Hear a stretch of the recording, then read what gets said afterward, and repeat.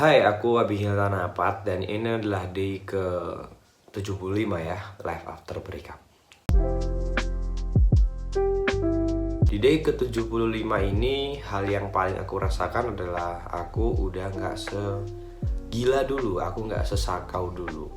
Ketika aku merasa kayak kangen, kayak merasa rindu, aku tuh gak ngerasa kalau aku tuh kesakitan banget. Aku ngerasa sekarang aku lebih tenang, lebih bisa nerima ya udahlah apa yang ada dibandingkan sebulan pertama kemarin. Sebulan pertama kemarin tuh bener-bener buat aku tuh kayak orang penyakitan sebenarnya, karena aku tuh ngerasa kayak aku tuh tersakiti sama ekspektasiku sendiri. Aku ngerasa atau aku berharap bahwa suatu saat tuh dia akan kembali. Setelah aku pikir-pikir, dia juga gak mungkin kembali, dan kalaupun dia kembali, dia akan mengulangi hal yang sama lagi. Jujur gak banyak yang bisa aku lakukan waktu aku mencoba buat move on ini ya. Yang aku bisa lakukan adalah mengurangi hal-hal yang membuat perasaanku ke-trigger. Seperti kayak dulu tuh aku kalau misalkan kangen, itu aku ke rumahnya dia, sekedar lewat rumahnya, naik motor malam-malam, atau baca chat lama kita, lihat-lihat foto lama kita juga. Aku sekarang sudah mulai mengurangi itu semua. Dan semoga aja ini bisa bantu aku move on lebih cepat. Aku sama aja sih seperti yang kemarin-kemarin, bahwa aku juga tetap gak berusaha buat move on secara cepat memang. Aku cuman melakukan hal-hal yang harusnya aku lakukan ketika aku mau move on. Tapi aku gak pengen cepet atau gak pengen harus kapan gitu, gak pengen.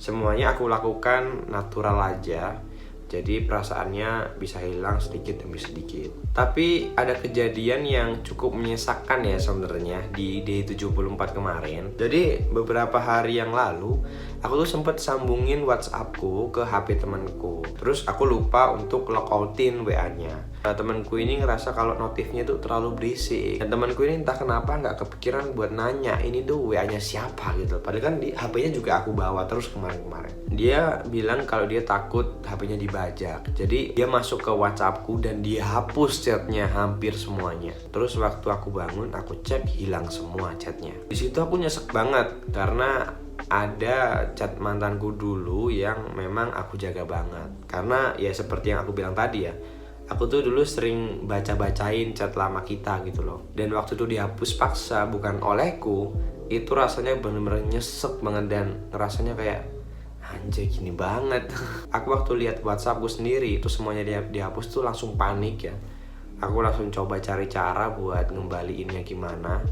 Tapi ternyata aku tanya teman-temanku juga nggak bisa, kecuali memang kita ada backupnya. Dan waktu aku coba backup, data backupnya ini malah ketimpa sama backup yang baru guys. Jadi malah hilang semua dan nggak bisa dikembaliin. Dari situ aku sebenarnya kesel banget, kesel, marah. Tapi aku cuma bisa diem karena ya aku nggak bisa apa-apa gitu loh, karena semuanya sudah terjadi. Aku sebenarnya kepikiran waktu benar-benar mau pasrah ya, aku kepikiran buat ngechat dia lagi, kira-kira masih punya nggak sedikit aja chat history kita dulu yang mungkin masih disimpan gitu loh. Aku mau minta buat copy lah ke aku dan kirimin gitu loh. Setelah itu aku nggak akan ganggu lagi. Tapi aku ngerasa kalau itu kayaknya bukan hal yang baik ya. Jadi aku ragu buat ngelakuin itu. Dan rasanya tuh bener-bener kita tuh kayak ya kita jaga sesuatu dan itu semua diambil dari diri kita. Meskipun itu nggak penting juga ya, karena aku juga udah jarang bacain. Tapi kenapa nyesek banget sih serius. Doaku sebenarnya tetap sama seperti video-video sebelumnya. Kalau memang dia jodohku, ya semoga dipertemukan kembali di kemudian hari ketika kita berdua sudah sama-sama saling siap ya, sama-sama siap. Tapi kalau memang dia bukan jodohku, ya semoga kita berdua bisa dikasih jodoh yang lebih baik dan juga lebih cocok sama diri kita masing-masing. Ya itu aja videoku kali ini. Terima kasih yang nonton dan sampai jumpa di day keberapa Life After Breakup. Bye.